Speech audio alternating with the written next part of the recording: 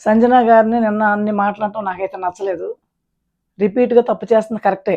Hormones balance అయ్యి 5 నెలలు బిడ్డను వదిలేసి వచ్చింది. తనకి చాలా ప్రాబ్లమ్స్ వస్తాయి. ఫుడ్ ఎక్కువగా ఇవ్వచ్చు కదా! తన ఫుడ్ కావాలి, కావాలి అని అంటున్నప్పుడు ఆవిడకి కొంచెం ఫుడ్ ఎక్స్‌ట్రా ఇస్తే తప్పేంటి? అందరిలా లేదు కదా తను.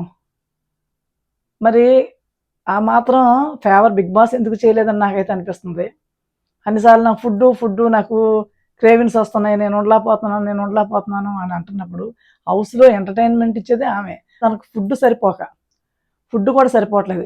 ఇష్టమైన వాళ్ళకి కాఫీ పౌడర్‌లు, చికెన్ లెగ్ పీసులు, చికెన్ బిర్యానీలు ఇచ్చినప్పుడు సంజన గారి హెల్త్ దృష్టిలో పెట్టుకొని ఫుడ్ కొంచెం ఎక్కువ ఇస్తే మంచిదేమో నాకైతే అనిపిస్తుంది. మరి మీరేమనుకుంటారో కామెంట్ అయితే చేయండి. త్యాగం చేశారు. ఆ నలుగురు చేశారు, ఆ నలుగురు చేశారు, ఆ నలుగురు చేశారు అన్నారు. నలుగురు ఆవిడ కోసం త్యాగం చేయలే. అది గుర్తుంచుకోవాల్సిన పాయింట్. ఆ నలుగురు వాళ్ళ కోసం వాళ్ళకి బయట గ్రాఫ్ పెరుగుతుందని వాళ్ళకి సెంటిమెంట్ పండుతుంది. ఓహో! సంజన గారి కోసం మేము ఇవి త్యాగం చేశాం కాబట్టి బయట ఆడియన్స్ మమ్మల్ని మెచ్చుకుంటారు అనే ఒక కాన్సెప్ట్‌తో మాత్రమే త్యాగం చేశారు తప్ప అందరూ యాంటీ అని తెలిసినా కూడా సంజన గారు ఆ విధంగా ఇంకా ఎంటర్‌టైన్ చేయాలనే చూస్తున్నారు.